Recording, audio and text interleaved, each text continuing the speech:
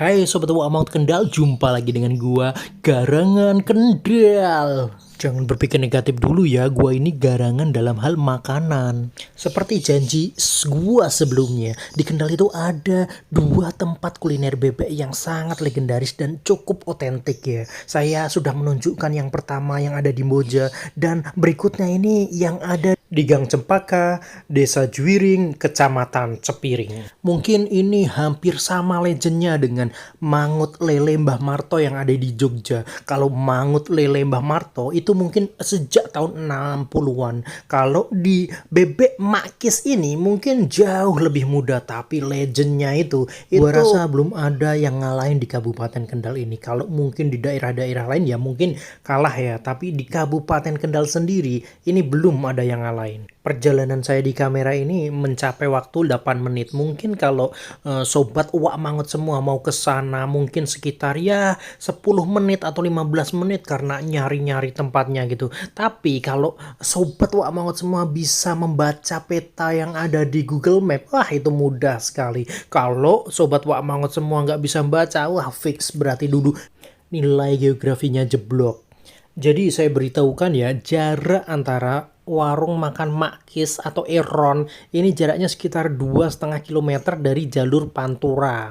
Jalur Pantura yang ada di Cepiring tepatnya. Jadi patokannya jalan yang ada di samping SMP 1 Cepiring. Karena SMP 1 Cepiring itu kan ada di Pantura. Dokumentasi perjalanan saya ini juga sekaligus sebagai ya sarana nostalgia untuk orang-orang yang berada di Cepiring atau orang-orang yang di sekitar Kendal yang dahulu itu sering makan di warung makan Makis atau Hoiron ini, karena banyak sekali orang-orang yang ada di Kendal itu menjadi buruh migran dan mereka jarang pulang. Untuk mengobati rasa kangennya itu biasanya mereka berwisata virtual, dan sayangnya jalan-jalan di Kendal itu jarang juga yang mendokumentasikannya. Nah, ini juga sebagai sarana untuk wisata virtual. Nah, masih asri kan, masih banyak tanah-tanah yang dijadikan sawah. Bangunan tidak terlalu rapat, beda sekali dengan kota metropolitan atau negara-negara yang jadi tujuan tempat bekerja para buruh migran yang berasal dari kota Kendal. Nah, di sini tuh suasana sangat tenang, kehidupan itu berjalan seakan lebih lambat daripada kita berada di kota-kota besar atau bahkan di luar negeri. Seperti pepatah terkenal ya, setinggi-tinggi bangau terbang, jatuhnya ke pelimbahan juga. Artinya sejauh-jauhnya kita merantau itu akhirnya akan kembali ke kampung juga. Sama halnya seperti ikan salmon. Ikan salmon walaupun hidup di laut, maka dia ketika akan bertelur, dia akan kembali ke tempat di mana dia dilahirkan, yaitu di hulu sungai. Jadi ikan salmon itu dapat beradaptasi dengan air laut walaupun dia dilahirkan di air tawar. Ya, pada hakikatnya itulah manusia. Manusia akan kembali lagi ke tempat di mana dia dilahirkan. Meskipun banyak juga yang enggak ya. Ini ngomongin kuliner kok malah sampai ke burung bangau sama ikan salmon ya. Lah hubungannya apa? Lah ikan salmon sama burung bangau itu kalau digoreng kan ya enak juga. Kalau enak kan ya kuliner juga ya. Jadi masih ada hubungannya lah ya. Kalau Sobat Wak Mangut semua melihat pemandangan seperti ini, apa yang Sobat Wak Mangut pikirkan? Apakah Sobat Wak Mangut langsung bernostalgia kalau yang asalnya dari desa, dari kampung, melihat suasana seperti ini saat ini sedang ada di kota, pasti ada rasa ingin kembali gitu ya. Berbeda dengan orang yang dilahirkan di kota, mungkin dia kesini itu merasa ingin hiburan atau gimana ya. Tapi saya pernah punya teman yang dia dilahirkan di Jakarta, besar di Jakarta, sampai kuliah di Jakarta, kemudian dia bekerja di Semarang. Kalau Semarang itu kan hitungannya itu masih ya kalau dibandingkan Jakarta ya jauh sekali ya. Dia itu merasa betah sekali. Dia merasa wah adem sekali, merasa tenang, merasa ya kehidupan berjalan lebih lambat dan dia merasakan lebih damai ya. Kalau kata anak-anak muda itu bisa dijadikan sarana hilang healing itu ya. Itu sebenarnya kalau kata Om Renald Sali itu adalah kata-kata toksik. Kenapa kata-kata toksik? Karena beban gak seberapa, apa yang dipikiran untuk gak seberapa, kok butuh healing. Apaan itu mental tempe. Kita kembali ke mentok, maksudnya ke bebek ya, bukan mentok. Jadi untuk menuju ke tempatnya Mak Kes, kita melewati beberapa desa di Kecamatan Cepiring.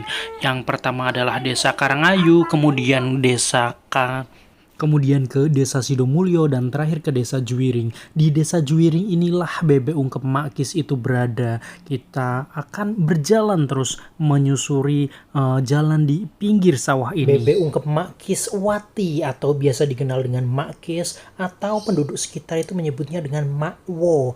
Makwo itu seperti Makde. Bebek ungkep Makis ini sudah dikelola hingga generasi kedua ya. Dikelola oleh anaknya yaitu yang bernama Kumiati, yang mempunyai suami bernama Khoiron. Nah, itulah di depan kenapa papa namanya adalah Bebek Ungkep Lumayan Makis garis miring Eron. Bebek Ungkep Makis ini sudah dikenal di kalangan pejabat maupun rakyat jelata seperti saya, mulai pejabat dinas hingga bupati, mulai dari Bupati Mirna Anissa, Diko Ganinduto itu juga pernah merasakan sedapnya bebek ungkep Makis ini. So, bagaimana dengan Anda? Apakah Anda tertarik untuk mencicipi sedapnya bebek ungkep Makis? Bebek yang terkenal mouth to mouth, dari mulut ke mulut. Bahkan untuk menjaga cita rasa bebek ungkep Makis ini, untuk mencabut bulunya ini tidak dicabut dengan mesin, karena Pak Eron mengatakan bahwa ketika dicabut dengan mesin itu rasanya akan berbeda. Kalau dipikir secara logika masuk akal juga ya. Kalau memakai tenaga manusia itu kan dicabut, hanya kita memegang bulu langsung kita cabut. Sedangkan kalau pakai mesin itu kan kayak dibentur-benturkan, jadi seperti ditabuk. Iya, rasanya pastinya berbeda dong. Perjalanan kita semakin dekat dengan hidden gem, salah satu hidden gem yang ada di Kabupaten Kendal.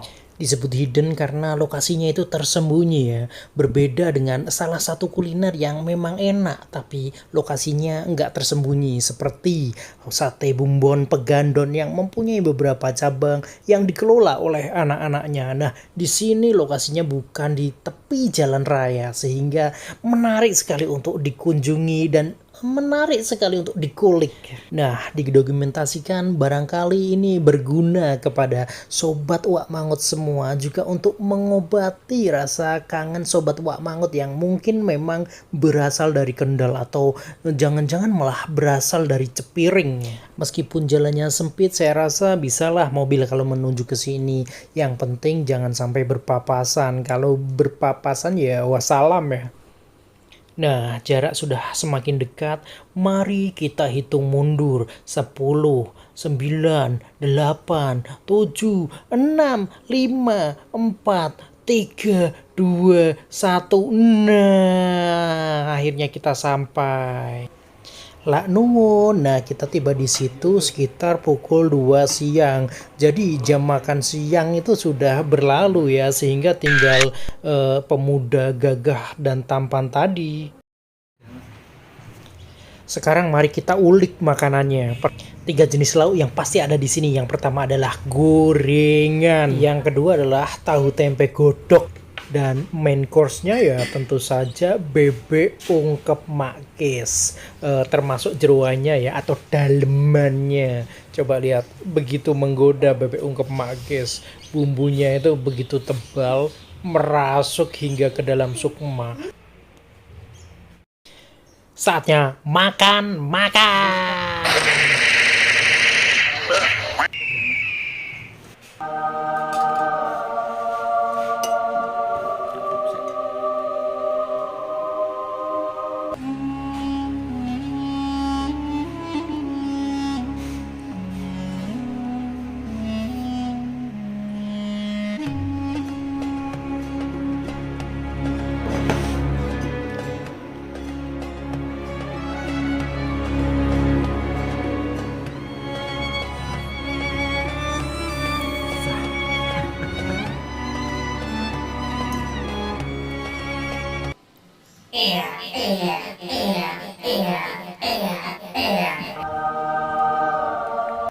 Nah, kira-kira begitu. Ketawa-ketawa kecil gitu ya.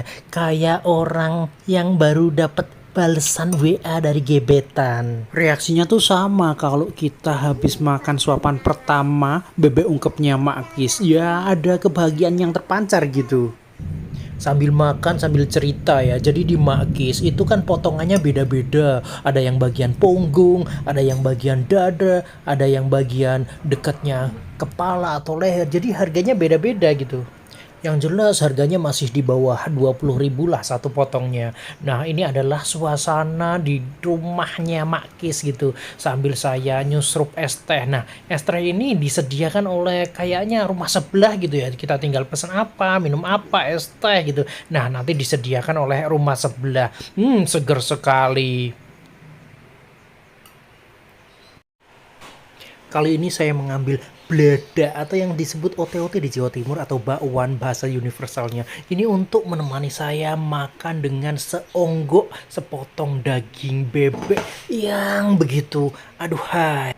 Jadi di sini tuh tidak disediakan sambal khusus, misalkan sambal mata, sambal bawang. Jadi sambelnya itu adalah bumbu dari ungkepan bebeknya. Tapi ungkepan bebek di sini itu berbeda dengan ungkepan bebek yang lain. Dan rasanya tidak ada yang lebih nikmat daripada makan bebek dengan menggunakan tangan. Wah, masa menggunakan sekop atau menggunakan apa ya, pacul ya kan nggak pas ya. Waduh, sedap sekali dinikmati satu piring dengan satu ote-ote. Nah, ini yang saya sebut otentik karena dapurnya masih menggunakan kayu bakar. Ini kayu bakar sultan loh, karena masaknya bukan menggunakan kayu bakar biasa. Asal tahu aja ini kayu jati loh, bukan kayu tauge atau kayu cabe loh ya. Nah, dari sinilah kelezatan itu berasal, mulai dari motong-motong, membersihkan bebek. Sehari, Mak Kis ini menghabiskan 20-25 ekor bebek. Di masa-masa lebaran lebih gila lagi. Mak Kis bisa menghabiskan 150 ekor bebek per hari. Lihat nih. Jeruan kesukaan kita semua. Inilah yang membuat hidup lebih berwarna. Waduh, mantep banget ya. Saya berikan nilai 90 lah untuk bebek ungkep Makis, tapi harus tetap ada saran yang membangun ya. Kalau bisa Makis tetap menyediakan nasi panas yang jadi Magicom itu harus terus-menerus nyolok ya, karena nasi panas adalah kunci. Saran yang kedua mungkin tempat makannya bisa di keramik ya, tapi kalau dapur harus tetap otentik seperti itu hanya beralaskan tanah.